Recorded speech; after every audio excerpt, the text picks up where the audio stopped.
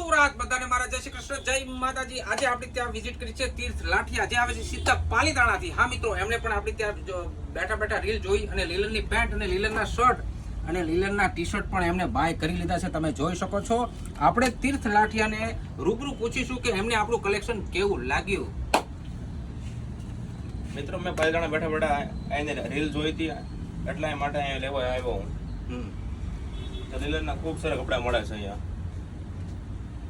કોઈ પણ લેવા હોય તો જે કોઈ મિત્રને લેવા હોય તો એકવાર અચૂક આવજો અહીંયા।